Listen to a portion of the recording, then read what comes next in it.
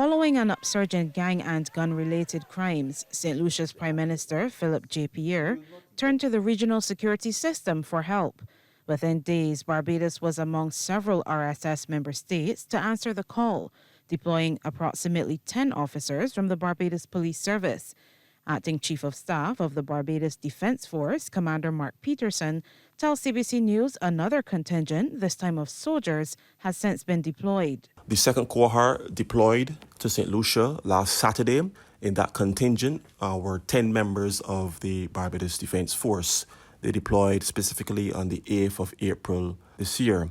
So the purpose of the deployment, as you are aware, is to curb the gang violence, to reduce criminal activity within the area, and attempt to arrest the criminal element operating within the south of St Lucia, primarily the Vieux-Fort area. On arrival, local police officers and soldiers were sworn in as special constables by Commissioner of the Royal St Lucia Police Force, Crusita Descartes-Pelias, and immediately went to work beefing up the country's law enforcement efforts. Commander Peterson says there have already been some successes. They would have essentially conducted patrols on a 24-hour basis. The emphasis was the Vieux-Fort area. They would have conducted vehicle checkpoints, personal checkpoints, conducted warrants, etc. within the area of operation.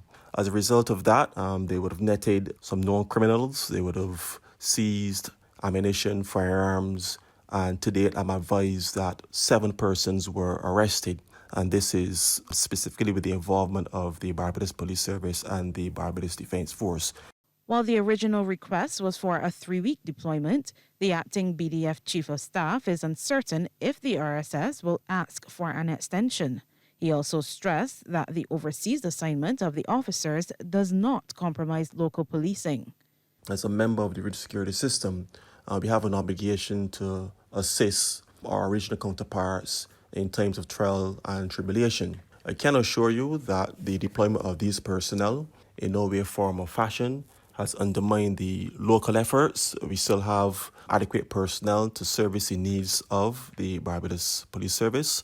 So we have personnel still deployed on the various operations in and around the communities in Barbados. The High Command of the BDF hopes the operation will be a success, so the region can return to some semblance of normalcy and continue to be considered a zone of peace. Sharika Griffith, CBC News.